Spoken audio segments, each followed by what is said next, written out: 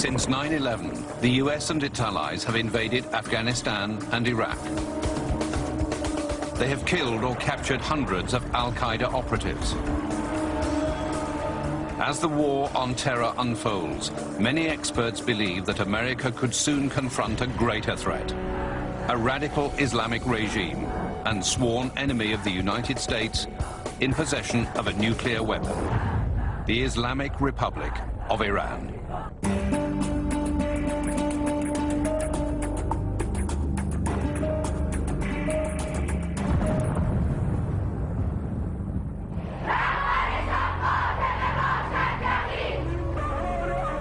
In Tehran, anti-American demonstrations are regular occurrences.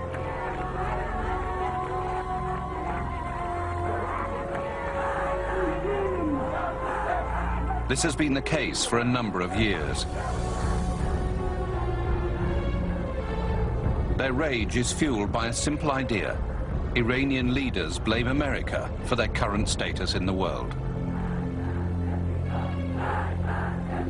They believe themselves to be a godly society, and they see us as their tormentors and their oppressors.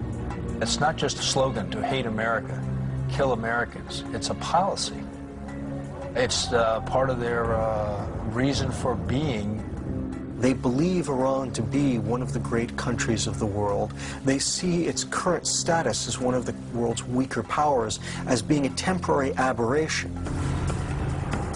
How far will Iran go to resurrect its power?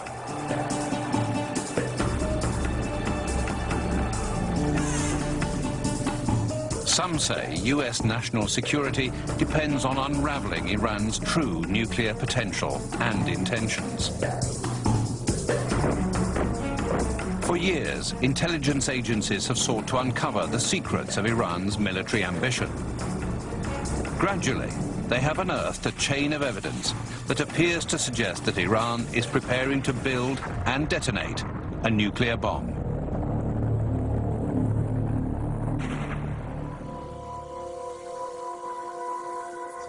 One major discovery was made in the waters of the Mediterranean. In October 2003, CIA and British intelligence officers, with the help of the Italian Coast Guard, boarded a German merchant ship called the BBC China. In the cargo hold, they found 5 large containers concealing highly sophisticated equipment. The U.S. intelligence services found components for a gas centrifuge program, which is the program that would enrich uranium for a nuclear program. The complete plant of 10,000 centrifuges and a manufacturing capability to make more. 10,000 centrifuges can produce enough enriched uranium to make 10 small nuclear warheads a year. The trail of evidence led investigators to Libya and finally Pakistan. They uncovered an illegal nuclear weapons trade that was more advanced and more widespread than they had imagined. Here are some of our photos of Natanz. Corey Hinderstein is the Deputy Director of the Institute for Science and International Security in Washington, D.C. She followed the investigation in Libya. One of the most frightening discoveries was the existence of an almost complete set of manufacturing instructions for a tested, reliable, warhead-mounted nuclear weapon. Investigators found weapons blueprints wrapped in 2 large plastic bags with the names of a Pakistani tailor on one side and a dry cleaner on the other. Based on this and other evidence, US intelligence took the investigation to Pakistan. There, they linked the documents to this man, a mysterious Pakistani nuclear scientist known as A.Q. Khan. A.Q. Khan set up an international network. Wanted, Khan could get it for you. Diagrams, parts, complete centrifuges, 24/7 tech support. Just call 1-800-AQ-KHAN. In February 2004, 4 months after the discovery on the BBC China, Pakistani police detained A.Q. Khan. He admitted to selling nuclear secrets across the Middle East. US intelligence officers asked to question Khan directly. The Pakistani government refused. Khan was seen as a national hero for developing the country's own nuclear bomb. As a result, critical questions remained unanswered. What happened to that design?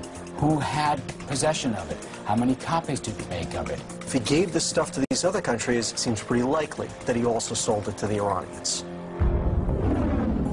Before the A.Q. Khan revelation, Western intelligence had been increasing satellite surveillance of Iran. These photos, taken from 2002 to 2004, reveal suspicious installations at various sites in Iran. The first is located near Arak. Experts believe this is a heavy water nuclear reactor under construction. This is the kind of reactor that would certainly produce the good kind of plutonium for nuclear weapons. Another site is in Natanz. Here we have a series of photos of Natanz, which is really the most concerning site and kind of the most dramatic when we discovered what was going on there. When we finally saw Natanz and saw what it was and how they were building it, we were stunned. It appeared that the Iranians were constructing a massive facility for enriching uranium. The site of the Natanz facility was significant. If completed, it could produce enough enriched uranium in a year to power one energy reactor or produce 50 nuclear warheads. Close examination of the satellite images also reveals that the Iranians had built Natanz deep underground and apparently designed it to withstand a large-scale air assault. A strong indication, some say, that this was a military site. Natanz has been heavily protected against military strike, including 8-foot thick concrete walls. We also see many air and ground defense sites having sprung up in a ring around the Natanz site. Western intelligence agencies delivered satellite photos of Natanz and other suspicious sites to the International Atomic Energy Agency, or IAEA.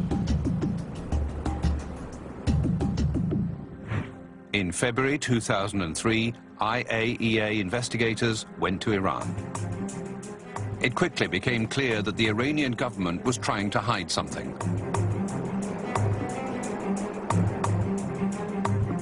One site in the Tehran suburb of Lavizan was leveled before investigators could inspect it. Here we see large buildings, really significant buildings. In this photo, which is just a few months later and after the IAEA had asked to visit, all of these buildings have been completely demolished. Another facility was rebuilt before the IAEA arrived. It was this site where they actually took tremendous steps to hide the purpose, including repainting, tearing down walls. The inspectors go in with some very sophisticated equipment that takes air samples, soil samples. They're literally swabbing walls looking for it. What they detected was traces of uranium enriched to such high concentrations it could be used for a nuclear weapon. The Iranian government claimed it was only developing a civilian nuclear power program. They seem to be very serious about desiring to have nuclear weapons in spite of all this gibberish about peaceful uses of atomic power for electricity. Here's a country that's sitting on a lake of oil. If Iran is not working on an atomic bomb program, they've managed by accident to inadvertently assemble most of the